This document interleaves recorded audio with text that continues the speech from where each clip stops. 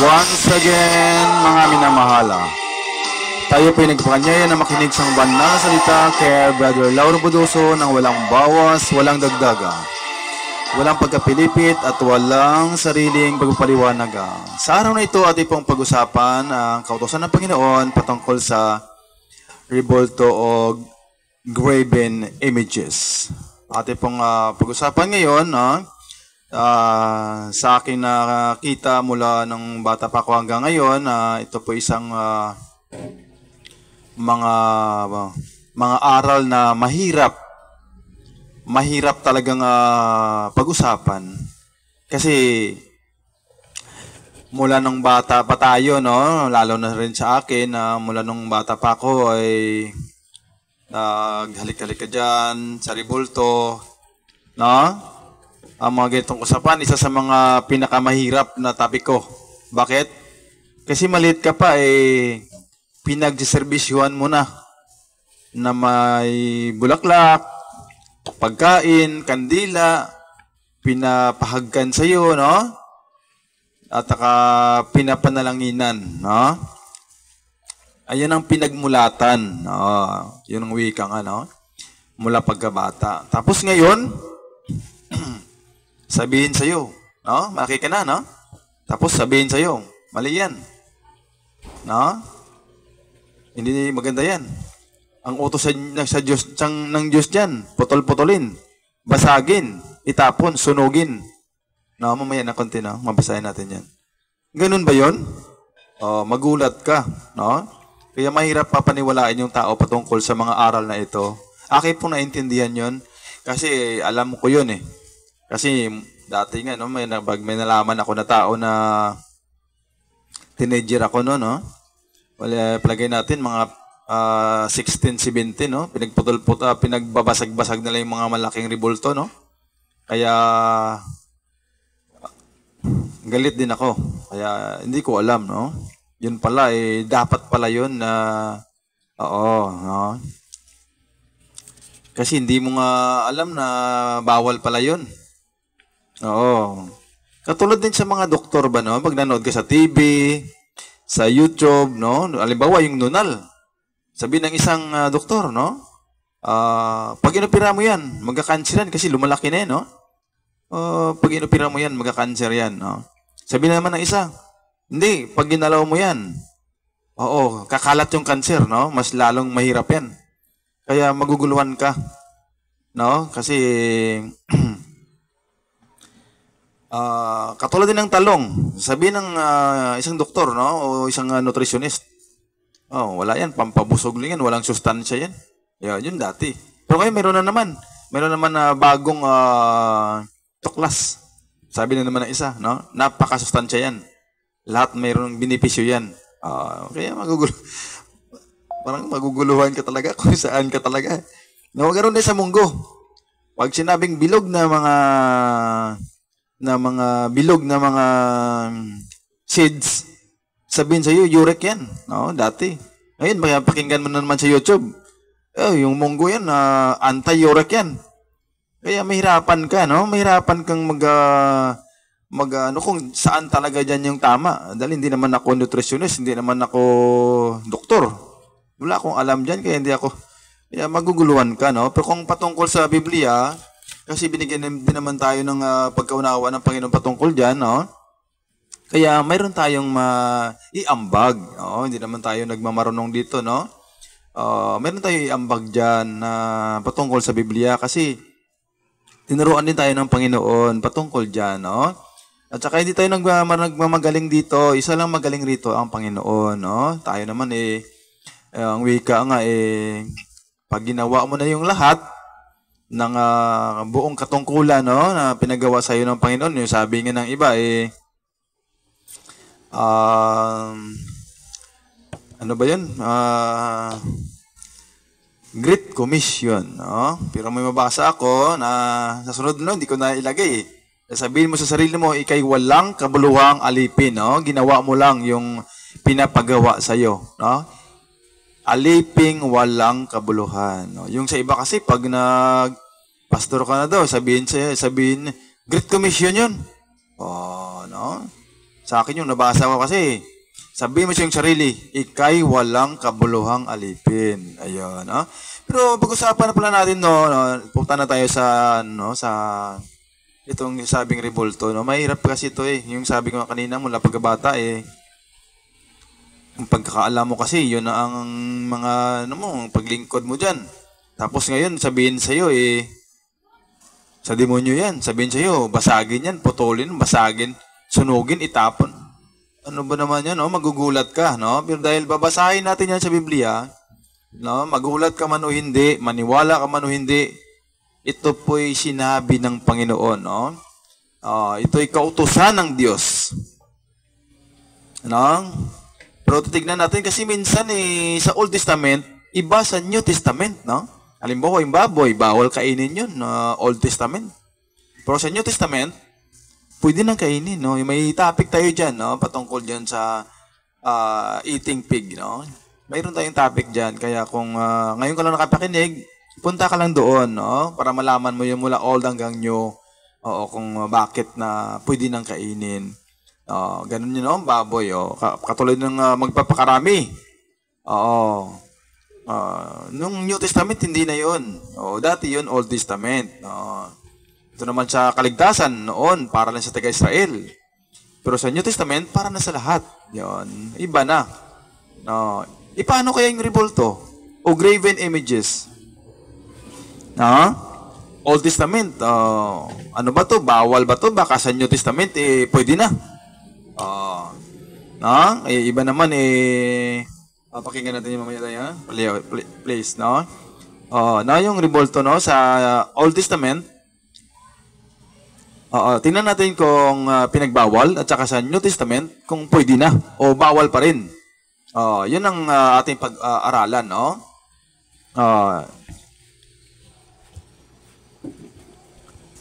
Ito, sige. Pakinggan natin, no, na nagsalita rito, no, patungkol dyan sa, kasi parang may komento siya na ipaparinig natin to, no, para masagot natin yung mga tanong niya patungkol dun sa kanyang tanong.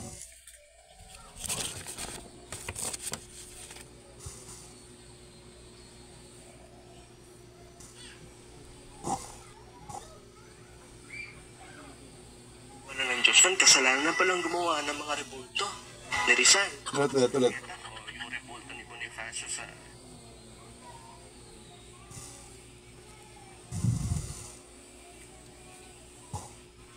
Di naman ipinagbabawal ng Diyos na gumawa ng mga rebulto eh.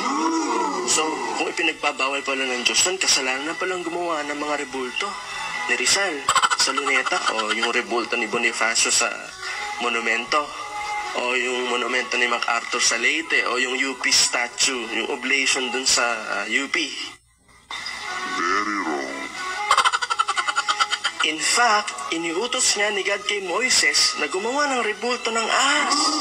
At pag tinaas yung rebulto na yon, at pag tumingin yung mga tao doon, maliligtas yung mga tao mula sa kamatayan. At magkakaroon sila ng buhay. At kung ipinagbabawal pala ni God na gumawa ng rebulto, bakit pinagawa niya si Moises ng rebulto ng mga anghel? Mababasa niya sa Exodus chapter 25. Sa inyo, at mababasa niyo din sa aklat ng mga hari na ang templo ng Diyos na pinagawa ni Haring Solomon, punong-puno ng mga inukit na mga larawan o imahe ng mga anghel.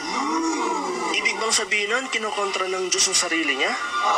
Pinagbawal niya na gumawa ng rebulto, tapos siya, mag-uutos din siya na gumawa ng rebulto? Di siguro.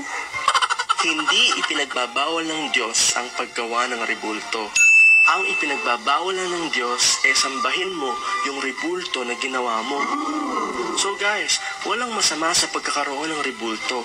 Ang masama, gumawa ka ng rebulto. May katugtong. Saka sambahin mo. Sama yun. Di mo... Yung isa pang tanong mo, kung pinagbabawal gagawa ng rebulto, bakit may mapapasa sa Biblia sa 25:18? Grabe yung tanong niya, no? Na komento niya na hindi daw pinagbawal ang gumawa ng rebulto, sabi niya. Parang alanganin naman yung pagkasabi niya eh. na yung tanong niya doon na inutusan ng Diyos si Moises na gumawa ng tanso na ahas. No, sa Bilang 21 verse 4 to 9. Basahin natin, ha? Yung sinabi niya na ahas na tanso.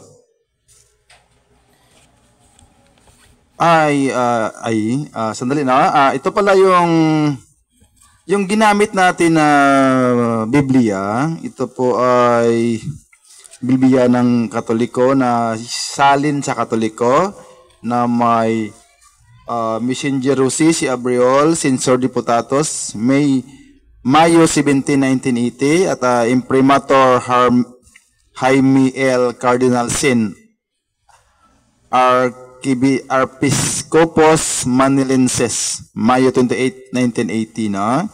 Kaya ito pong ating pagbabasihan, no, yung Biblia na salin ng mga Katoliko. At saka sabi ko sa inyo, no, na palagi kong pinapaalala na hindi po ako, wala po tayong layo na manakit ng damdamin o manira ng sinuman, kundi ito'y ating mapag-aralan. At saka malapit na rin tayo dun sa finishing line, no? So wala na tayong layo na mga insulto tayo. O, nung bata pa ako talaga.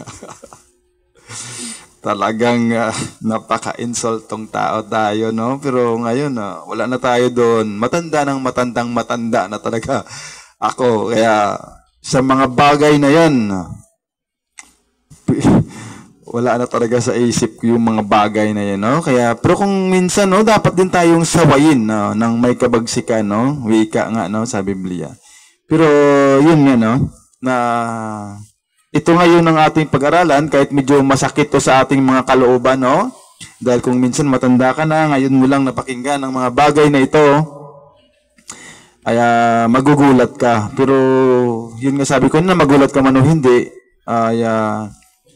ito pong katotohanan, no? At saka sabi nung ating napakinggan na ito po'y utos ng Diyos na ang tanso, no? At ating bilis-bilisan ng konti kasi medyo mahaba-haba to ng konti, no?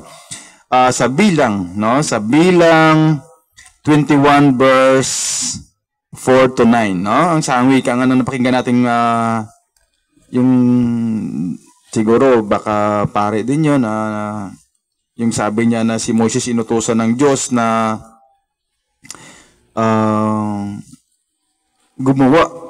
gumawa ng rebultong ahas o tansong ahas, no? Sa 21 verse 4 to 9. Basahin natin. Mula sa bundok ng Hor, arip lang title niya, no? Ang makamandag na mga ahas. Mula sa bundok ng Hor, nagpatuloy ang mga Israelita patungong dagat ng mga tambo upang lihisin ang Edom. Dahil dito, nainip sila sa pasikot-sikot na paglalakbay na yaon. No? Kasi galing na sila dun sa, sa Egypt, no? Nainip sila sa pasikot-sikot at paglalakbay na yaon. Nagreklamo sila kay Moises, no? Palagi naman sila nagreklamo, no? Mga reklamador sila, no? Inalis mo ba kami sa Ehipto para patayin sa ilang na ito? Wala kaming makain ni mainom. Sawa na kami sa walang kwentang pagkain ito.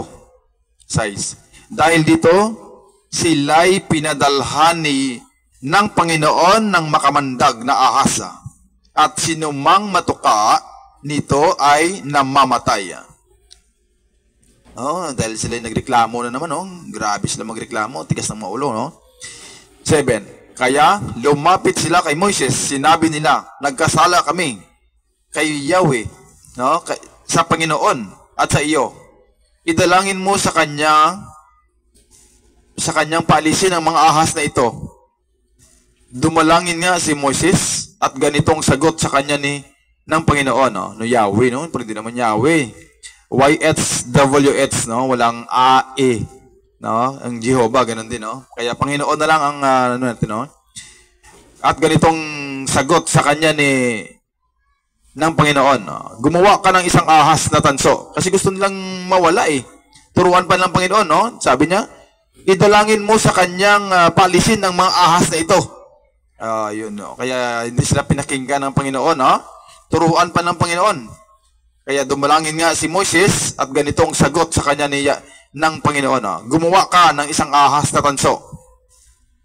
Ilagay mo iyon sa dulo ng isang tikin. Okay, kasi alam niyo matigas ang mga ulo eh. Kaya pag tinuklaw sila, sa katigasan ng kanilang ulo, baka hindi pa siya titingin doon. No? Kasi pag tumingin sila, at sinumang natuklaw ng ahas na tumingin doon, ay hindi mamamatay. Ayun, no? Kaya hindi sila, ang gusto nila na mawala yung mga ahas, hindi sila inuno ng Panginoon, no? Pinagawa sila ng ahas na natanso. Ilagay mo yun sa dulo ng isang tikin at sinumang natuklaw ng ahas na tumingin doon ay hindi mamamatay. Kasi alam ng Diyos na matuklaw sila. Hindi mas natitingin eh. Kaya mamatay kayo dyan. Kasi naman pag tinanggal na ng ahas, baka matigas na naman ang ulo nila. Yun, no? Panay naman ang reklamo. Kaya nandun pa rin yung ahas, nilagyan na sila ng ahas sa tanso. Gayon nga ang ginawa ni Moises mula noon. Lahat ng matuklaw ng ahas, ngunit tumingin sa ahas na tanso ay hindi namamatay. Yan, no? Kasi inutusan silang gumawa noon, pero hindi naman to para i-worship, no?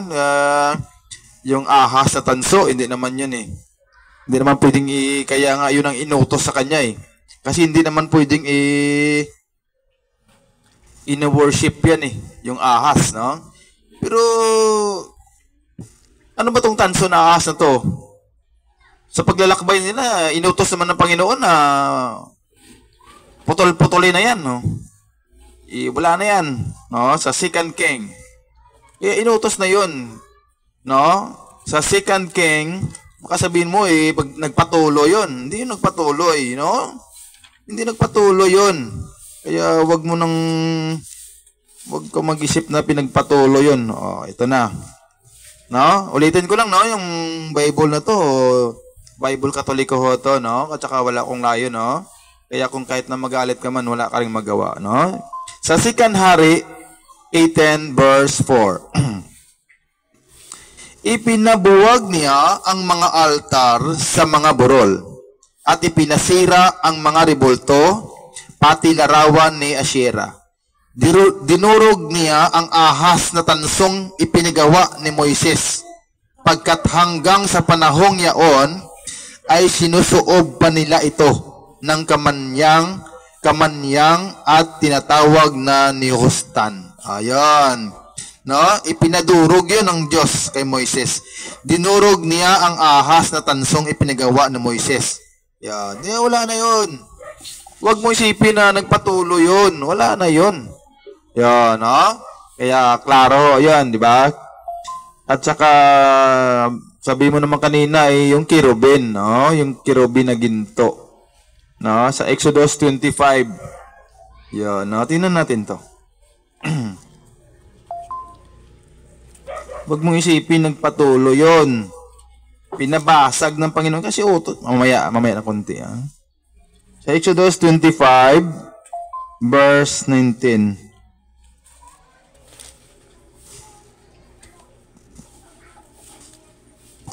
25 verse 19. Ang kaba ng tipan. Ayan, no? Tandali, no? Ano na sa 10, no? Bisa ko lang. Kasi sa 19 tayo eh. Gumawa kayo ng isang kabang yari sa akasya. 45 pulgada ang haba, 27 ang luwang, at ganun din ang taas. Babalutin ninyo ito ng lantay na ginto. Yun, ginto ito, ha? Ginto. Yan, no? Dapat kung gagayahin mo to, dapat ginto yung gagayahin mo. No? Pero mamaya ng konti, no? Kasi pag ginto, sa mayaman yan. Pag kahoy, sa mahirap. Dali lang, ha? Kaya 45 pulgada ang haba, no? Ganon din ang taas. Babalutin ninyo ito ng lantay na ginto sa loob at labas. Ang mga labi naman ay kalukupan ninyo ng moldurang ginto. Yan, mga ginto to eh. Gagawa rin kayo ng 4 na argulyang ginto na ikakabit sa 4 na paa ng kaban. Gagawa rin kayo ng pasa ng akasya. Babalutin din ng ginto. Yan, puro ginto, yan ang ibabalot. At isuot ninyo sa argulya ng kaban. Huwag din yung aalisin sa argulya ang mga pasanan. Ang 2 tapyas na bato ng tipang ibibigay ko sa iyo ay ilalagay mo sa kaban. Yan palang igagawa, no? Ilalagay yung 2 tapyas na bato, no, ng 10 utos. Ay ilalagay mo sa kaban. Gagawa ka ng luklukan ng awa na yari sa lantay na ginto. Yan, no, luklukan ng awa. Ang haba nito ay 45 pulgada at 27 naman ang luwang. Lalagyan mo ng 2 kirubing ginto. Ginto.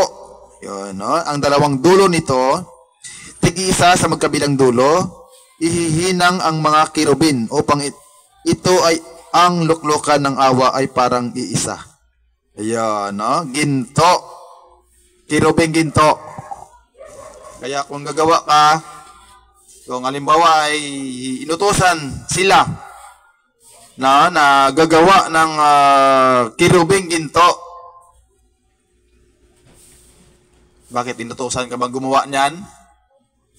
Hindi ka naman inutusan eh. Yung sina Moises ng mga taga-Israel lang ang inutusan na gumawa ng kirubing ginto. Kaya kung hindi ka inutusan, huwag kang gumawa. Sandali ka lang, na. Huwag kang magmadali, na.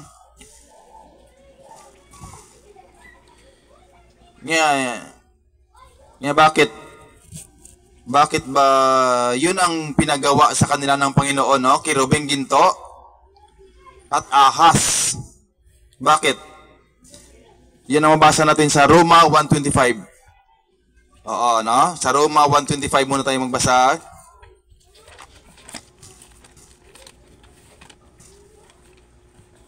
Na kaya nga yan ang pinagawa ng Panginoon dahil hindi yan wino-worship, no? Ang anghel at saka yung ahas, no?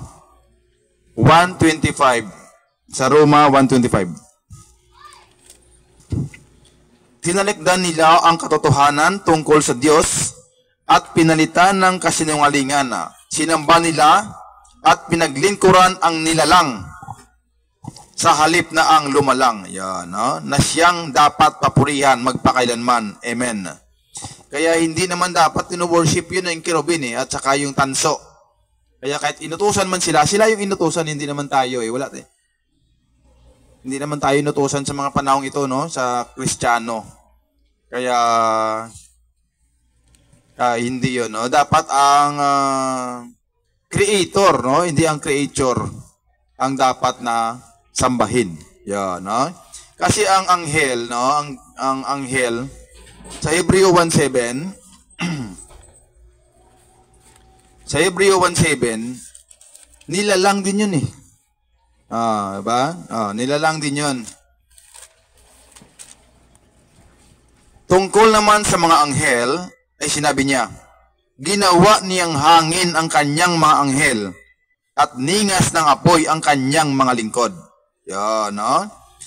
Ginawa niyang hangin ang kanyang mga anghel, at ningas ng apoy ang kanyang mga lingkod. Ginawa yun Kaya hindi naman yun para sambahin. No? Hindi yun parte sa pagsamba ang anghel at saka yung ahas na tanso. No? Kasi mga nilalang yun. No? Na dapat ang lumalang ang dapat sambahin. Ayun. No? Tsaka sa Apocalypse 22:6-9, no? Ang anghel hindi yan sinasamba. Hindi yan sinasamba, no? Sa Apocalypse 22 verse 6-9, no? Hindi yan sinasamba ang anghel. No, basahin natin. Ayun ang pinapagawa At saka sila inutusan yun, mga taga-Israel. Hindi naman tayo taga-Israel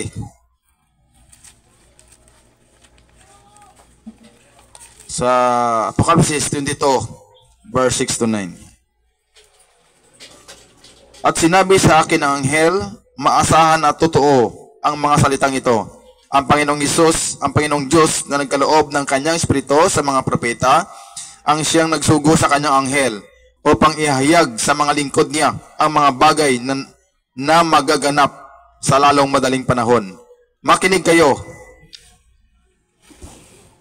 Wika ni Jesus, darating na ako, mapalad ang tumutupad sa mga hulang nilalaman ng aklat na ito. Akong si Juan ang nakarinig at nakakita sa lahat ng ito. Matapos kong marinig at makita ang lahat, ako'y nagpatirapa sa paanan ng anghel na nagpakita sa akin ng mga ito upang siya'y sambahin. Ngunit sinabi niya, huwag, ako may aliping tulad mo, tulad ng iyong mga kapatid na propeta at ng lahat ng sumusunod sa mga salita sa aklat na ito. Ang Diyos ang sambahin mo. Yan, mga hindi naman yan, kahit inutusan sila na gumawa ng kirubin na ginto at ahas na tanso, hindi naman sila no? Hindi naman yun. Kaya ang utos doon, anong kanina napakinggan natin, na ang sabi niya na no, ang sabi niya kanina na hindi naman daw bawal gumawa, no? Basta hindi mo lang sambahin, no? Pakinggan natin ng konti, no? Ulit. Alam niyo kasi, no, na ang sinasabi nga dito sa sabi niya na ito. No, sandali lang. Ang sabi niya rin dito na hindi naman kirubin ang ginagawa namin eh. Tsaka hindi naman ahas. Yeah, no? Sa Jeremias. Mabasa tayo na sinasabi niya, no, sa ribulto, ikaw ay aking ama. Yeah, no, sabi niya. Tsaka sabi niya rin sa Isaiah, no, male or female, no? Ikaw ay aking ina. Yan ang sabi niya sa ribulto, no, Mama Mary, kag si Papa Jesus daw ang ribulto. No? Sa 27:28. Tari. Jeremias chapter 2 verse 27-28. Mapapahiya kayong lahat na nagsasabi sa punong kahoy, ikaw ay aking ama. Yan, yung si Papa Jesus. Oh. At sa bato, ikaw ang aking ina. Yan si Mama Mary. Yan, oh. Yun, nung maliit pa kami, ganun eh, no? Makita mo yan, nagproposisyon dyan, no? No, may mga ilaw pa, tapos may tali rito, tinatalian, no? Mangyayari ito pagkat ako'y itinakwil ninyo, sa halip na kayo'y maglingkod sa akin, ngunit kung kayo ay naghihirap, hinihiling ninyo sa akin na iligtas ko kayo. Nahan ang mga Diyos-Diyos ang inyong ginawa. Tingnan natin kung kayo'y maililigtas nila. Huda, sindami ng iyong lungsod ang iyong mga Diyos. Yan. Yan sabi niya, mapapahiya kayong lahat na nagsasabi sa punong kahoy, ikaw ang aking ama. Yan, si Papa Jesus yan. Yan, maliit pa ko. No, ganun yun, no? At sa bato, ikaw ang aking ina. Yan, mabasa mo dito sa Jeremias chapter 2, verse 27. No, si Mama Mary yan, no? Ganun.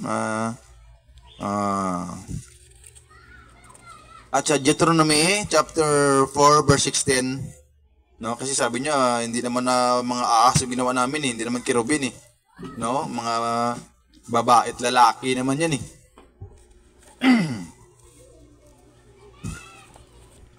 Sa Deuteronomy chapter 4, verse 16, verse 6.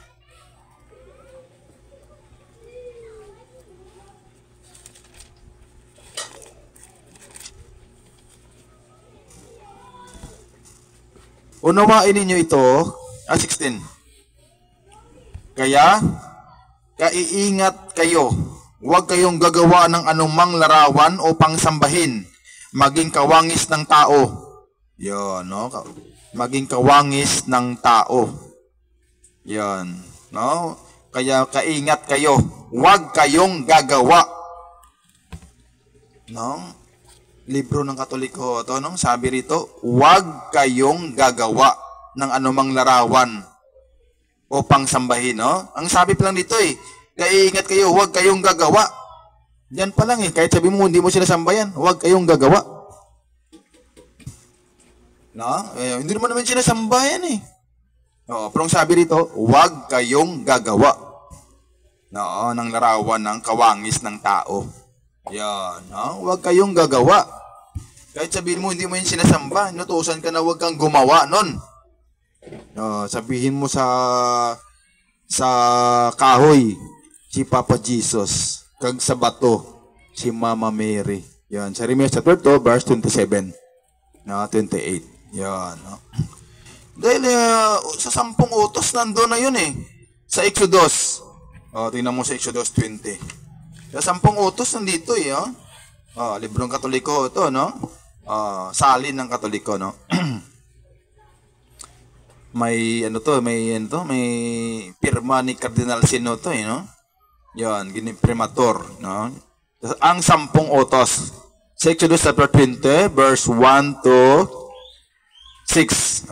Itong sabi ng Diyos. Yan ang sabi nitong Diyos, no? Hindi naman ako, hindi naman ko sino-sino eh. Ang Diyos ang sabi rito. Ulitin ko. Ito ang sinabi ng Diyos. Anong sinabi niya? Ako ang Panginoon, ang inyong Diyos na naglabas sa inyo sa Ehipto at humango sa inyo sa pagkaalipin. Huwag kayong magkakaroon, huwag kayong magkakaroon ng ibang Diyos maliban sa akin. No, nandoon ang Diyos sa langit, no? Huwag kayong magkakaroon, ulit-ulit, no? Ng Diyos-Diyosan o kaya'y larawan o ribulto ng anumang nilalang na nasa himpapawid. Nasa lupa o nasa tubig, yun? Yung tao ba nasa lupa yan? Kaya ang sabi rito, huwag kayong magkakaroon ng Diyos-Diyosan o kaya'y larawan o ribulto ng anumang nilalang. Yung mga tao, nilalang yan eh. Nasa lupa yan. O nasa tubig, no? Huwag kayong yuyukod o maglingkod sa alinman sa mga Diyos-Diyosang iyan. Sapagkat akong Panginoon ay mapanibughuin, no? Jealous God, no? Parurusahan ko ang lahat ng aayaw sa akin, pati ang kanilang mga anak hanggang sa ika-4 na salinlahi.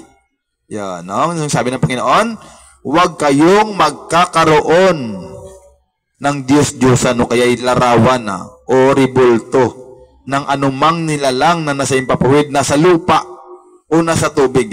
Huwag kayong yuyukod. Kahit sabihin mo, huwag na to, no? Hindi naman ako yumuyukod yan, hindi naman naglilingkod yan, hindi naman ako susamba dyan eh. Sabihin mo, nagpapalusot ka pa, no? Kung minsan, katulad sinabi no kanina, no? Na mula pa bata, no? Pinaglingkuran mo na, bilagyan mo ng bulaklak, lagyan mo ng sampagita, pagkain, no? Suman, kung anong, kandila.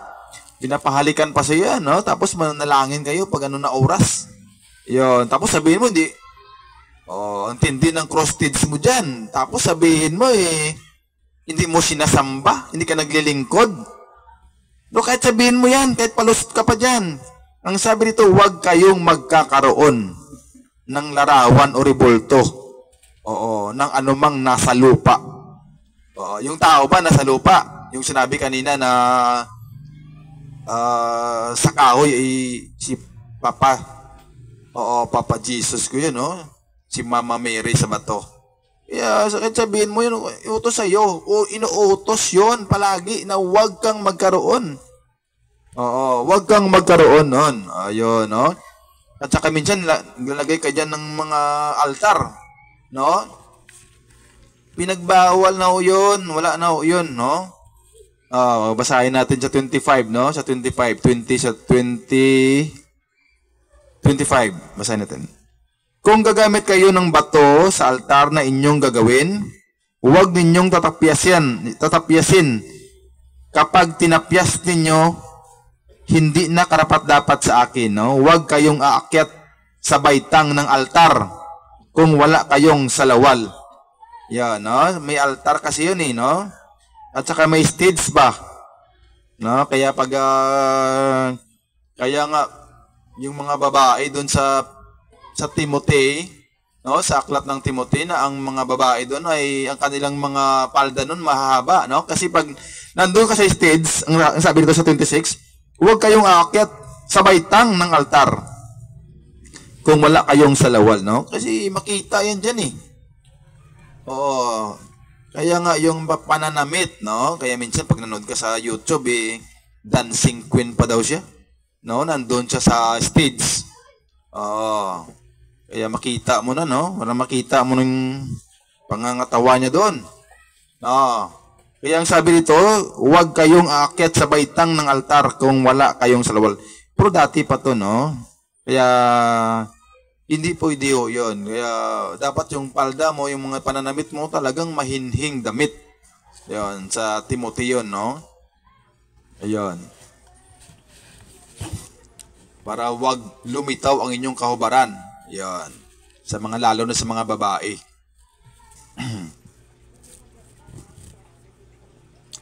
At saka sa Isaiah 37, ano oras tayo, no? Sa Isaiah 37 verse 18-19. Ano kaya ang utos sa atin doon, no? Isaiah 37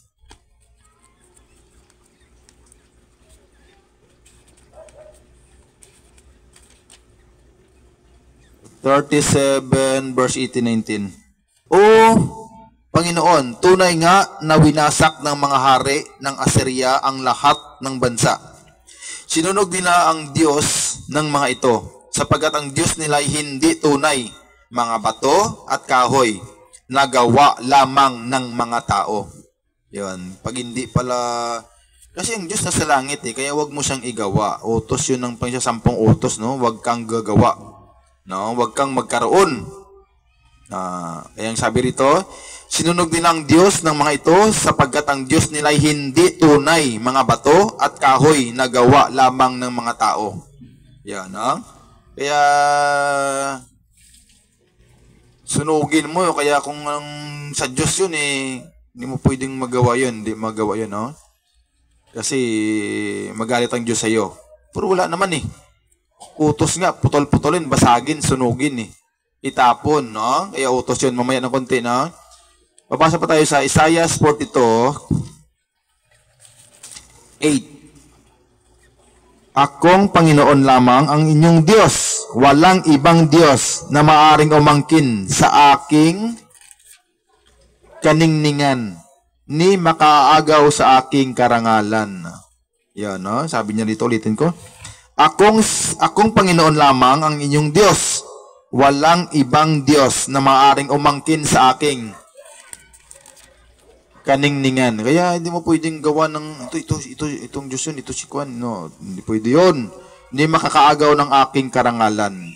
17. Mabibigo at mapapahiya ang lahat ng kumikilala at nagtitiwala sa mga Diyos-Diyosan. Yan. Lalo na pag titignan mo yung itsura ng nasa cross na rebulto, no? Na si Jesus daw yun. No? Ano kayang itsura no? Pag nakita mo yun, no? Linis-linis ng itsura, no?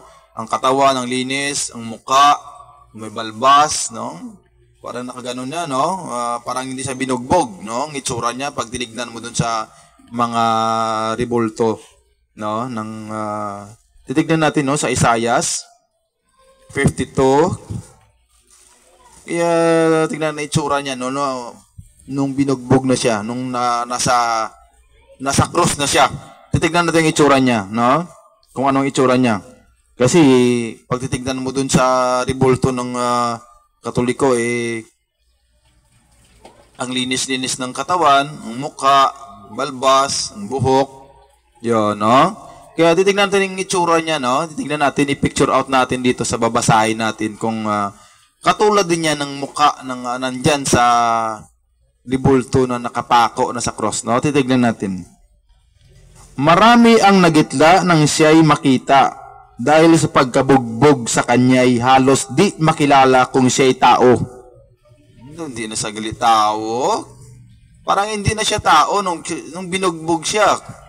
No? Kaya hindi yan itsura ni Jesus nung siya'y binugbog. Na nandun na siya sa cross. No? Tignan mo yun ang linis-linis ang katawan, yung mukha, yung balbas. Kaya mamaya ng konti, kasi 3 verse to titignan natin ng konti, no? Ito, ulitin natin. Marami ang nagitla, no? Nagulat yun, parang, ibig sabihin nagitla, parang nasyak ba, no? Parang ganun siguro, no? Marami ang nagitla nang siya'y makita. Dahil sa pagkabugbog sa kanya'y halos di makilala kung siya'y tao. Yun, doon di na sa gali tao. No? Sa 50 verse 6. hindi ako tumutol ng bugbugin nila ako. Hindi ako kumibo. No, hindi siya kumibo, hindi siya tumutol ng binugbog siya, si Jesus. Hindi ako kumibo nang ako'y kanilang insultuhin. Pinabayaan ko silang bunutin ang buhok ko't balbas. Gayon din ng lurhan nila ako sa mukha. Ayan, ha? Kaya, binunot, no? Sabi niya nito, hindi ako tumutol ng bugbugin nila ako. Hindi ako kumibo nang ako'y kanilang insultuhin. Pinabayaan ko silang bunutin ang buhok ko't balbas. Gayon din ang lurhan nila ko sa muka. Ang una nating binasa kanina, hindi na siya, alos di na siya makilala kung siya'y tao. Dito naman sa ikalawang binasa natin sa Isaiah 50 verse 6, no? Binunot ng kanyang buhok at balbas. Yun, kaya nga pag tinignan mo siya, hindi na siya tao. Mas grabe talaga ang pagkabugbog sa kanya, no? At sa Isaiah 53 verse 2, no? Kaya pag tinignan mo dyan sa rebulto, parang wala lang nangyari ba? Oh, kaya pag tinignan mo yun no, wala nang kagandahan sa kanya, parang hindi siya talaga tao. Wala na siyang may binunot yung balbas at saka yung buhok. Yun, nakuladlawan na siguro kayo. Grabe na siguro kaya maraming nagitla. No, sa 53 verse 2. Kalooban ng Panginoon na ang kanyang lingkod ay matulad sa isang halamang natanim sa tuyong lupa. Walang katangian o kagandahang makatawag pansin. Wala siyang taglay na pang-akit para lapitan siya. Grabe na talagang itsura niya. No? No? Wala nang kagandahan, wala nang katangian o kagandahang makatawag pansin. No? Wala na. Parang di na siya tao. No? Yung nakasabit dun sa rebulto ang linis-linis ng katawan, ang muka, ang buhok, kaya hindi yun totoo, no? Parang hindi na nga siya tao, no? Doon sa una nating binasa, no? Kanyang itsura, no? Halos di makilala kung siya'y tao, no? Nung bunutin na kanyang buhok at balbas. Kaya, hindi yan. Nung pag sinabi mo naman, yan ang itsura ni Jesus, yung kanina ba, no? Sa Jeremiah chapter 2, verse 27, yan, si Papa Jesus yan at si Mama Mary yun. Kaya ang itsura niyang binugbog na siya, grabe na talaga yun. Di ba? Kaya pag tinignan mo naman ang itsura naman dyan sa nakasabit, iba naman yung sa nakalagay rito sa Biblia. Iba naman yung nakalagay dyan sa nakasabit na itsura. Kaya malabo yun na sinabi mong yan ang remembrance mo. Yun, di ba? Oo, no? At saka yung altar, no? Dati pinapagawa ng Diyos ang altar kasi diyan maglagay ng halad katulad kay Abraham. No? Si Isaac, no? Ginawa niya dapat na halad, no? At saka sa Genesis 22. 22, basahin na natin, no? Bilis-bilis na natin konti, no? Genesis 22 sa altar ba? Kasi hanggang ngayon gumagawa pa yung Katoliko ng altar, no? 22 verse 9. Pagsapit nila sa dakong itinuro ng Diyos, gumawa ng dambana si Abraham, no altar. Inayos niya sa ibabaw nito ng panggatong at inihiga si Isaac. No, kasi pag magsabi kang gawa ka ng altar, mag-offer ka dyan, no?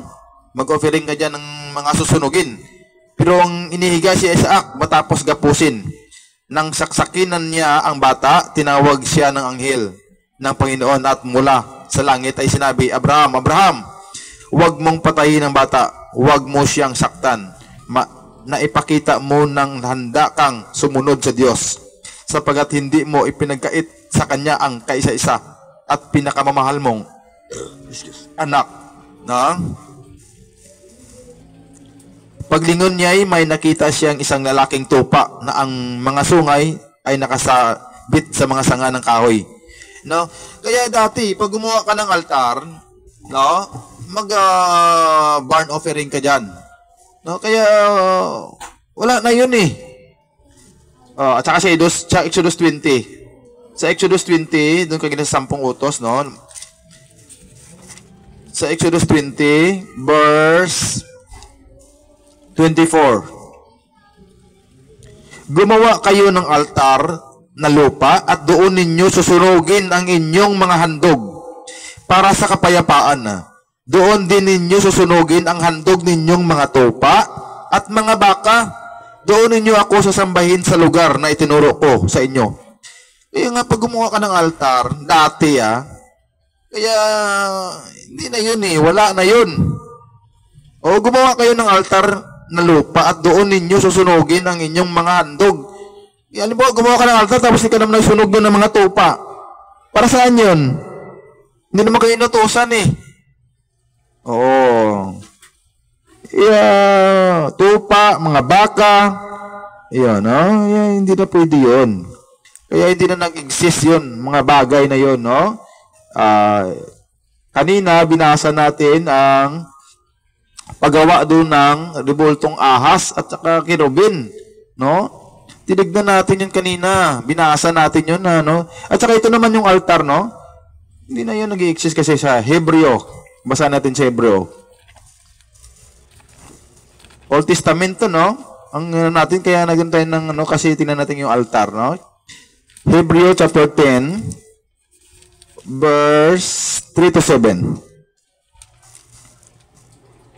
Subalit ang mga haing ito, ang taon-taoy nagpagunita sa mga tao ng kanilang mga kasalanan. Sapagkat ang dugo ng mga turo at ng mga kambing ay hindi makakapawi ng mga kasalanan. Dahil dyan, nang si Kristo'y manaog sa libutan, sinabi niya sa Diyos, ang mga hain at handog na mga hayop ay hindi mo ibig. Kaya't inihanda mo ang aking katawan upang maging hain. Si Jesus nang inihain, no? Hindi mo kinalugdan ang mga handog na susunugin at ang mga handog dahil sa kasalanan. Kaya't aking sinabi, narito ako, O Diyos, upang tukdin ang iyong kalooban. Ayon sa nasusulat sa kasulatan tungkol sa akin. Yan, no? Kaya wala na yun, hindi na magsusunog-sunog yun kasi si Jesus na talagang inahihain at naging handog, no? 16 to 20 pa. Ito ang aking magiging tipan sa kanila pagdating ng mga araw na iyon, sabi ng Panginoon. Iuukit ko sa kanilang puso ang aking mga utos at itatanim ko ang mga ito sa kanilang mga isip.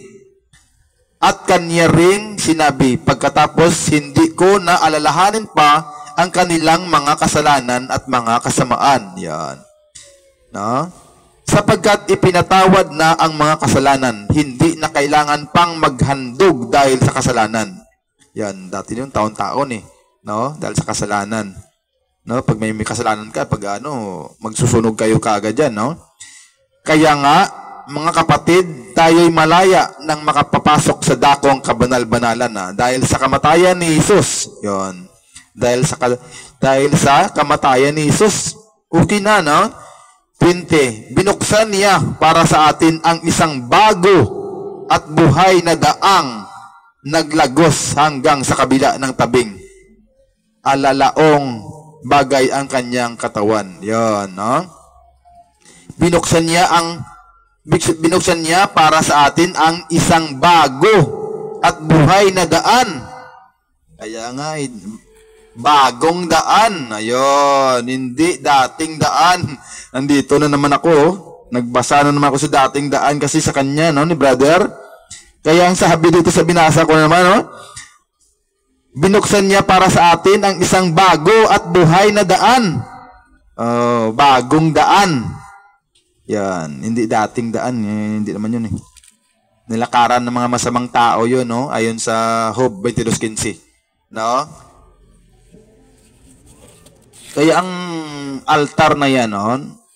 Kaya ka gumawa ng altar dahil maghain at maghandog ka doon. No? Kaya kung hindi ka naman maghandog doon, huwag mo nang lagyan ng altar at saka lagyan ng mga ribulto na yan. Bawal yan magkaroon.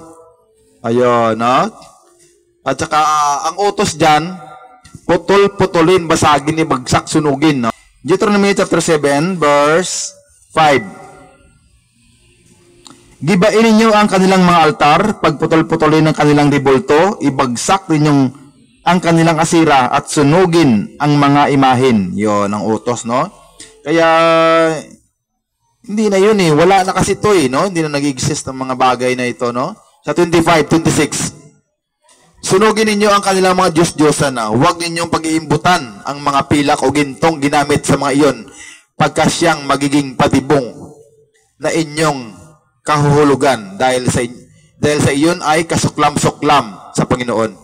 Huwag kayong mag-uuwi ng anumang bagay na kasuklam-suklam pagkat iyon ang magiging dahilan ng pagsumpa niya sa iyo. Lahat ng tulad noon ay sinumpa, kaya dapat ituring na kasuklam-suklam. Yan, no? Sunugin, gibain, putol-putol, ibagsak. Yun ang utos. No? Sa Ezekiel, ito, tatlo na lang pala, tatlo. Sa Ezekiel chapter 14. Kasi pag mahaba-haba yung ang aral natin patungkol sa isang topic, eh, parang di na nanonood, no? Pero kung doon sa mga basketball, sa mga sugalan, kung saan-saan, no? Ang tagal-tagal mo dyan, hindi ka naman nagreklamo. Kaya, pag makinig ka, no? Dahil ang Diyos ang nagsalita dito eh. No? Binabasa lang natin dito, no? Sa Ezekiel 14 verse 3 to 7. Tao, ang mga ito'y nahumaling sa mga Diyos-Diyosan at naibunsod sa kasamaan. Hindi ko sila tutugunin sa pagsangguni nila sa akin. Sabihin mo na lamang sa kanila na pinasasabi kong huwag sasangguni sa mga propeta. Ang sinumang Israelitang sumasamba sa Diyos-Diyosan na naging dahilan ng patuloy nilang pagkakasala. Pagka sumangguni sila, tuwirin kung ibibigay sa kanila ang sagot na nararapat sa marami nilang Diyos-Diyosan. Sa pamagitan ng sagot kong ito, manunumbalik sa akin ang mga Israelitang ito na nahumaling sa pagsamba sa mga Diyos-Diyosan. Sabihin mo nga sa bayang Israel na sinasabi ko, magsisin na kayo at tigilan na ninyo ang pagsamba sa mga Diyos-Diyosan. Pagka ako ang tuwirang sa sagot sa sinumang Israelita na kipamayan sa Israel na sasangguni sa propeta, habang siya ay malayo sa akin at patuloy na pagsamba sa Diyos-Diyosan at sa kanyang kasamaan. Yan, no? Kaya ang sabi doon, no? Huwag humarap, magsitalikod kayo dyan. Ito sa King James natin basahin, no? Sa Ezekiel, kasi mas klaro dito eh. King James.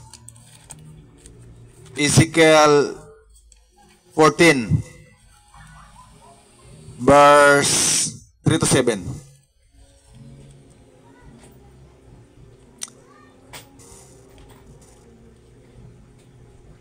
Ezekiel 14 verse 3 to 7. Anak ng tao, tinaglay ng mga lalaking ito ang kanilang mga Diyos-Diyosan sa kanilang puso at inilagay ang katitisuran ng kanilang kasamaan sa harap ng kanilang mukha. Dapat bagang sanggunian nila ako, kaya salitain mo sa kanila at sabihin mo sa kanila, ganito sabi ng Panginoong Diyos, bawat tao na sangbayan ni Israel na nagtataglay ng kanyang mga Diyos-Diyosan sa kanyang puso, ay naglalagay ng katitisuran ng kanyang kasamaan sa harap ng kanyang mukha at naparoroon sa propeta.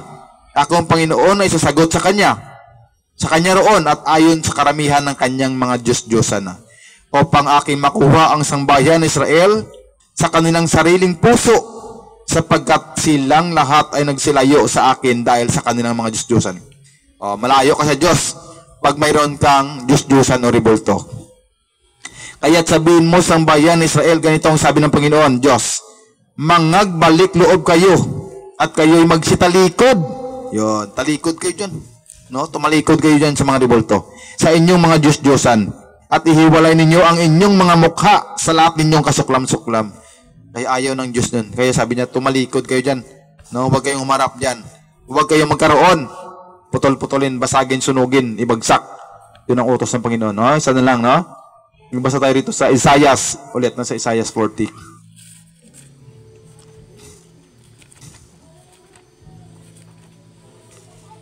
So, Isaiah 40, verse 18 to 20. Saan ninyo ihahambing ang Diyos? At sa anong anyo niya iwawangis? Siya ba'y hindi maitutulad sa mga imaheng ginawa ng tao? Oo, ito pala, oh. Siya ba'y hindi maitutulad sa mga imaheng ginawa ng tao? Binalutan ng ginto at ipinatong sa pedestal na pilak. Hindi rin siya maitutulad sa ribultong kahoy. Matigas na kahoy na hindi binubukbok, na siya lang makayanan ng mahihirap. Yan, no? Pag gold, mga mayaman yan. Pero sabi niya, hindi rin siya maitutulad sa ribultong kahoy. Matigas na kahoy na hindi binubukbok, na siya lang makayanan ng mahihirap. Yan, no? Pag mayaman, gold, no? Pag mahirap, kahoy. Kaya ito, sabi niya, sa 20,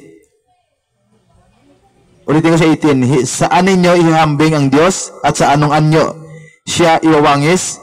Siya ba hindi may tutulad sa mga imaheng ginawa ng tao? Binalutan ng ginto at ipinatong sa pedestal na pilak.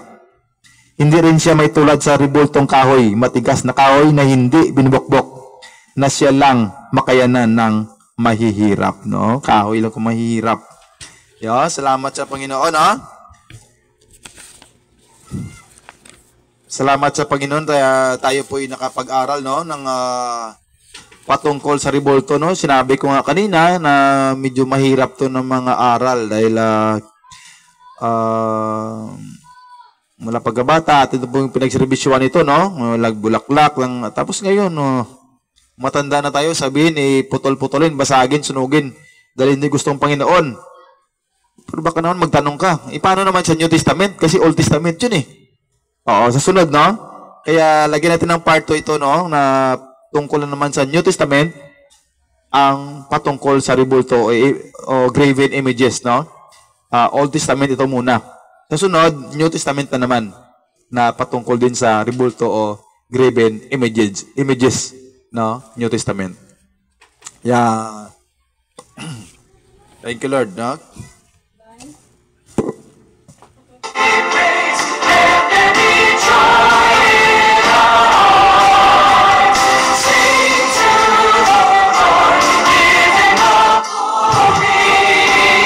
Praise God. No? Salamat sa Panginoon na tayo pinakatapos na naman sa pakinig ng ang banal na salita. By the Church of Jesus Christ, the Lord and Savior, the Remnant, ang nagsasabi God bless everyone. God bless Philippines. Always smile and always remember, Jesus loves us.